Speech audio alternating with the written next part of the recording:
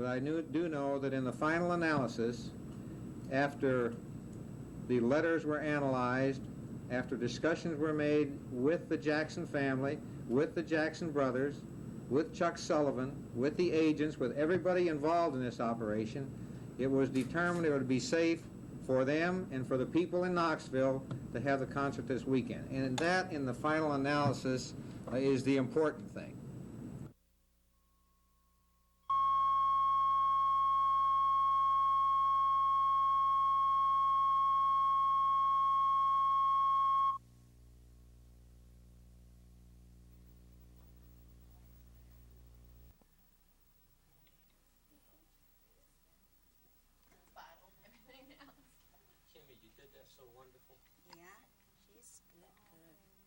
We're offering a free physical exam, including, vision check, hearing check, checking their blood and their urine.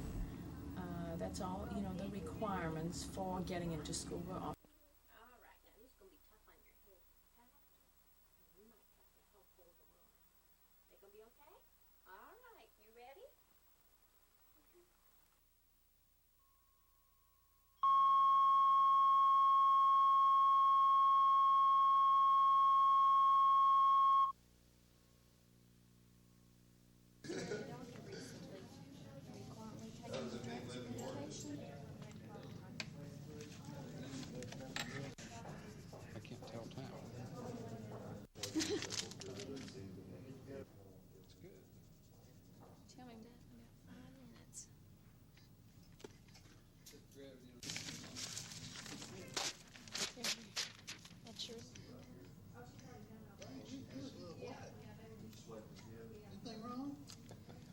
Yeah. Nervous.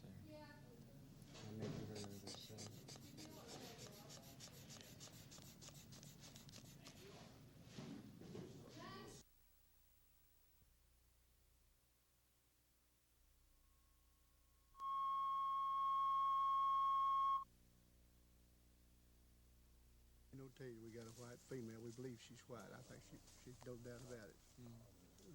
I wouldn't swear to it. P. Willie, you gonna do some recording? But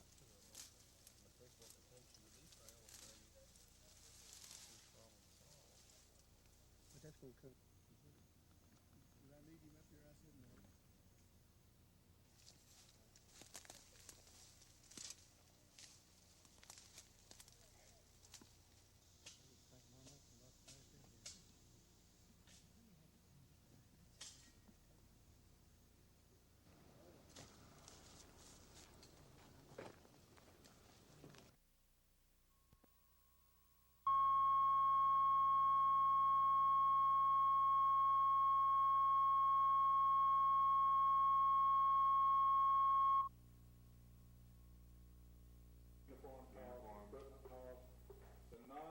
Nor would we be in a position of approving youngsters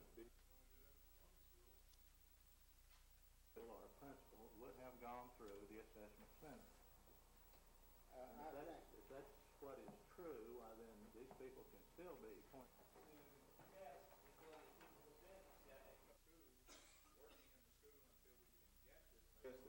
Those people who are entering entry-level administration supervision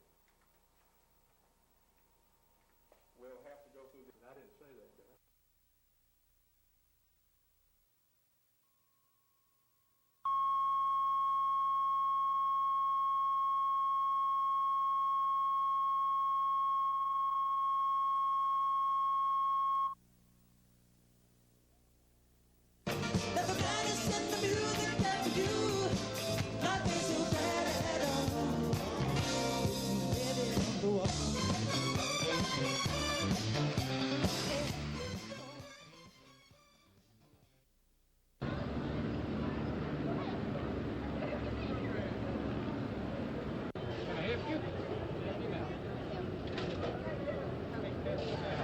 Operation went fine.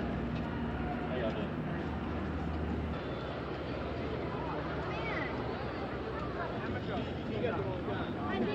It's our program. You can get on TV buying the program.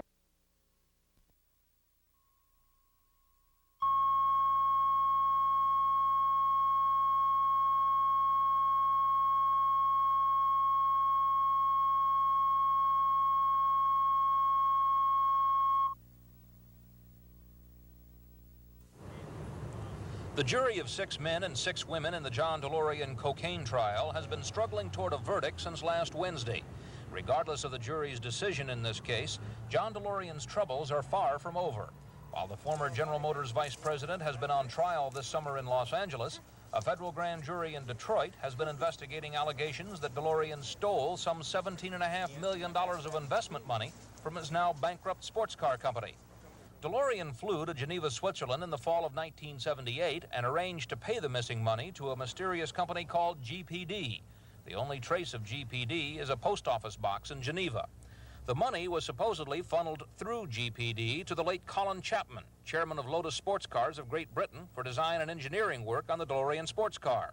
Bankruptcy officials in Great Britain say an audit of the books of Lotus does not reflect the payments made to GPD.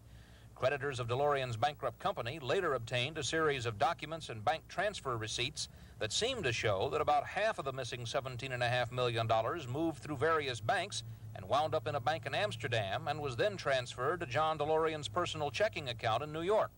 Earlier this summer, FBI and IRS agents from Detroit flew to London and Amsterdam in pursuit of the paper trail of the missing money. The results of that investigation have been turned over to the grand jury in Detroit.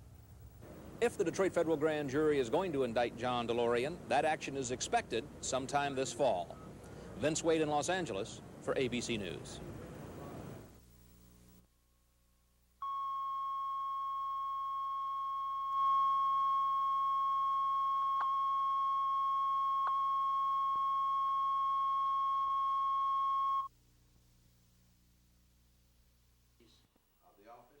Of the office of Sheriff, Tennessee.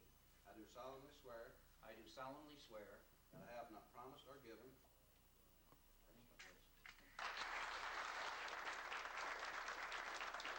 We're hoping to add a couple of positions very soon, and we're working with the county commissioners on that right now.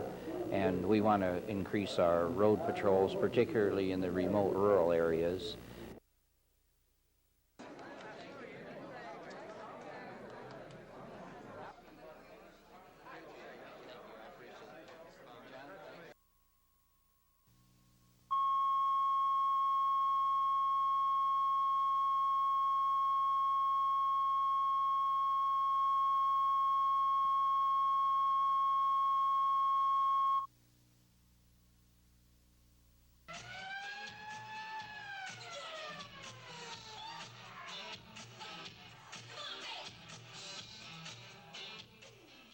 When the drinking age went up to 21, so did the number of patrons at this non-alcoholic nightclub.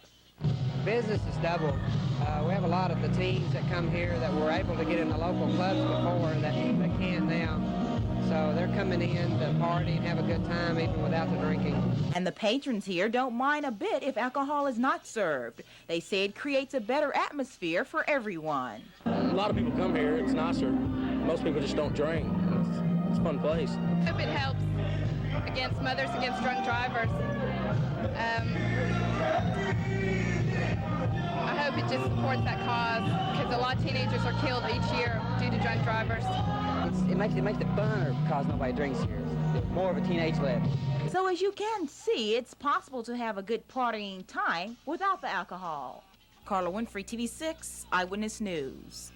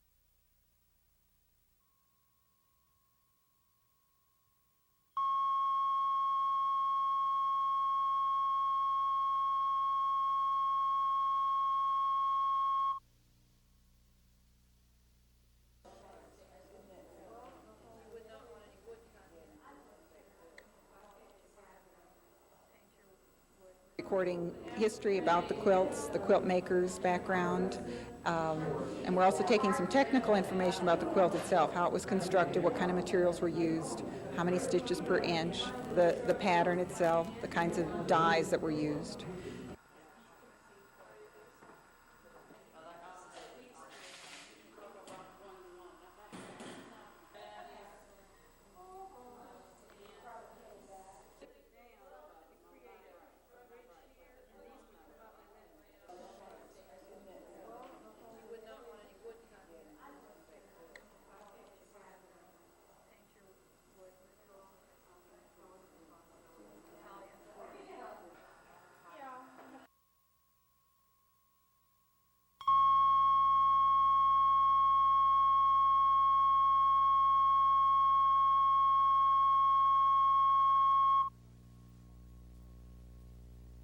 It was a night for the crossing of cultures. Conservative delegates and guests from 5 northern states were treated to a night on the town, Texas style, at Billy Bob's, which bills itself as the biggest honky-tonk in the world. It is so big it doesn't need a mechanical bull. It has the real thing inside the building. Most of the guests couldn't believe their eyes. We don't have things like this in Ohio. It's really big. The party was paid for by Fort Worth businessmen, hoping to cash in on some of the publicity from the convention in nearby Dallas. When Texas throws a party, they throw a party. The highlight came from a performance by country star Larry Gatlin. Many of the northern delegates had never heard of him before, but then again, this was a night for bringing Texas heroes and Republican heroes together. Mark Potter, ABC News, Fort Worth, Texas.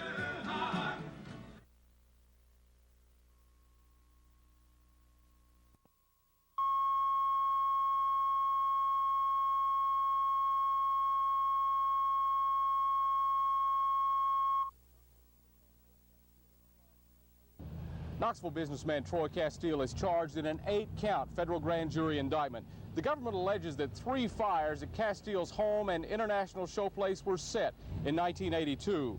The government further charges that not only did Castile arrange to have the fires set, but that he filed fraudulent insurance claims after the fires. All this after Castile increased insurance limits on his property. Castile was paid $824,000 for his losses from this fire in January 1982. Troy Castile faces trial with 2 other men. Alfred Hurst, who the government says was hired to set a second blaze, this one at the International Showplace, a restaurant next to where the house used to be.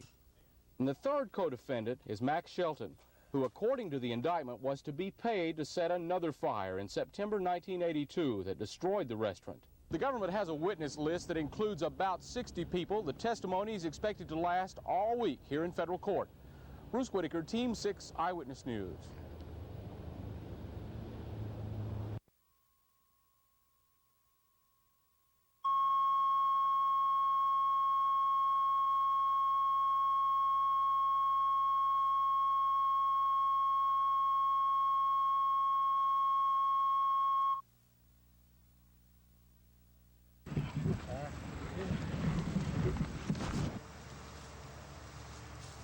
Larry Sampson, narcotics investigator with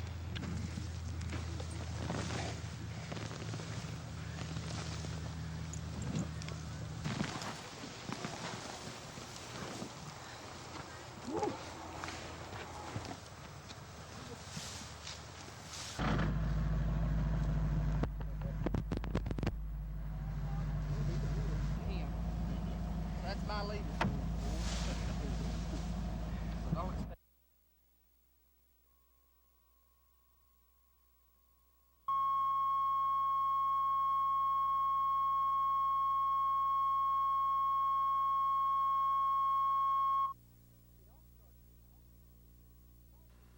It all started when Tony and Julie James decided to remodel their bathroom. They got several estimates and went with the lowest one, Nelson Enterprises. Total price, $1,836 for the new bathroom and a deck out back. Eventually, the deck was canceled. The James wrote a check for $561 the same day work started on the bathroom.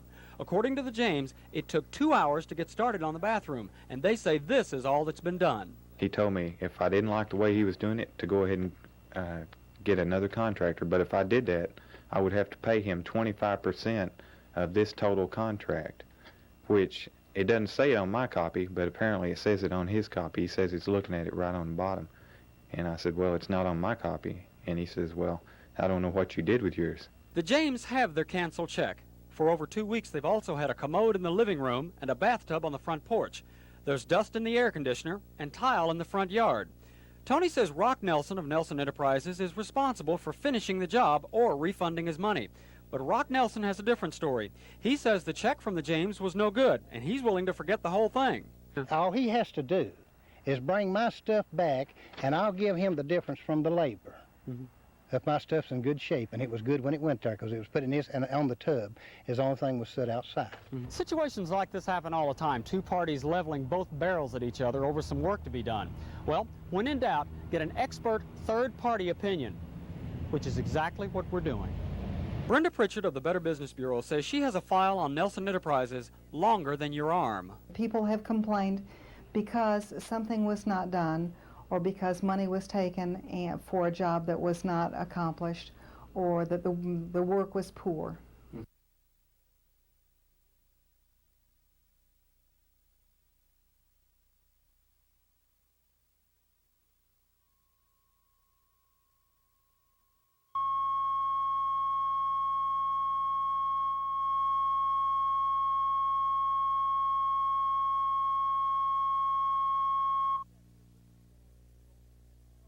As Troy Castile took the stand in his own defense, he talked about extensive construction, furnishings, and valuable artwork in his house, including the antique car room.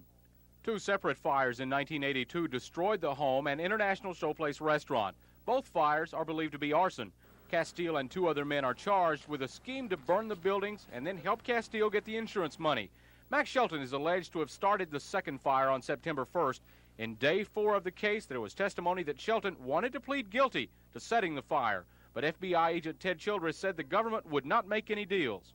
Alfred Hurst is another defendant. He's charged with trying to set a third fire at the showplace, a fire that was snuffed out before extensive damage was done. That was 6 days before the blaze that destroyed the restaurant.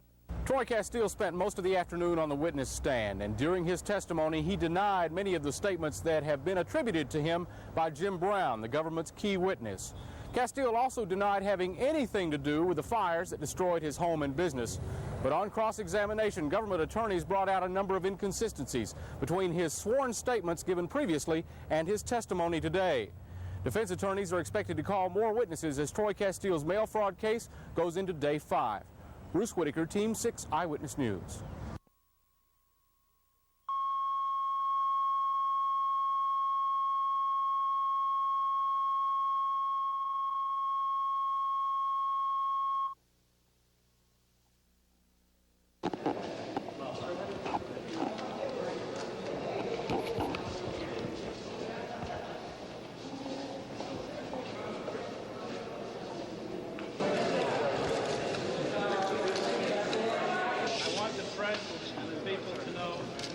Hearing today was for the estate of Alice Phelan, and I want the people to know at no time was the estate in jeopardy.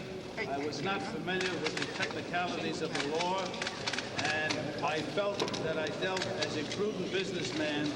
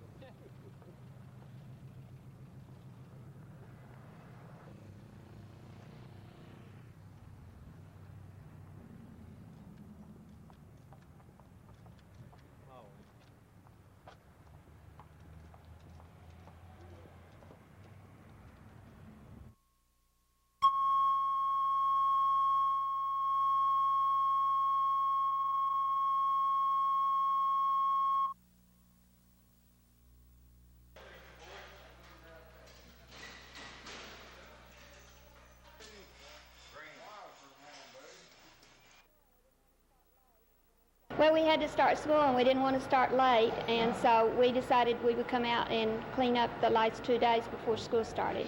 We all seem to be going along with it and getting along fine. We're ready to start school.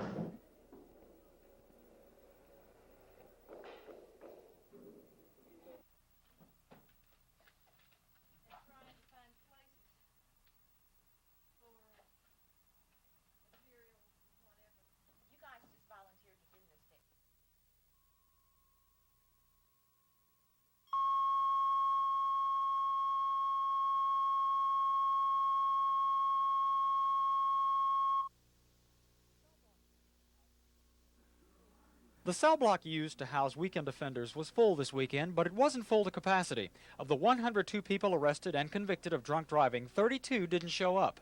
Extra housing at the jail wasn't needed. A similar situation in Nashville produced an overflow crowd. Judge David Creekmore, who sentenced some of the drivers to their weekend time, wasn't surprised at the no-shows. Not really, considering the short notice that was given to them. I know in Nashville they gave them a month's notice. And this was a backlog of people to do their weekend time. You know, the statute allows people to do their time on a weekend so they won't interfere with their job. The first offense for drunk driving usually nets a sentence of 11 months and 29 days, with all but 48 hours suspended, which a person can serve on the weekend. That isn't considered difficult. But the convicted person also has to pay court costs and may have to do community service work or Project First Offender, and sometimes they don't do that. In that case, at the judge's discretion, the convicted driver might have to serve the entire sentence. Some are doing that now. It's that stipulation that makes Tennessee's drunk driving law one of the toughest in the nation. Knox County Captain Glenn Neal says the convicted drivers have come in with different attitudes. The ones that have been here before, you don't hear anything from them going out the door, but the ones that have been here for the first time say, I'm not coming back. So what happens to the people who didn't show up? Well, of course, we'll issue an attachment and bring them in, and I personally, the ones that I sentenced, I'll review them on a case-by-case basis and try to make a determination whether they were able to show up or whether their failure to show was willful. Is the mandatory 48-hour jail sentence a deterrent to drunk driving? We spoke to one inmate here in the Knox County Jail. He owns a business here in town and didn't want to be identified. He told us he's losing $225 a day being away from his business while he's in jail. And he gave us some advice to pass along to drivers who might be tempted to drink and drive. Either get a cab or keep it at home. Calvin Sneed, Team 6 Eyewitness News.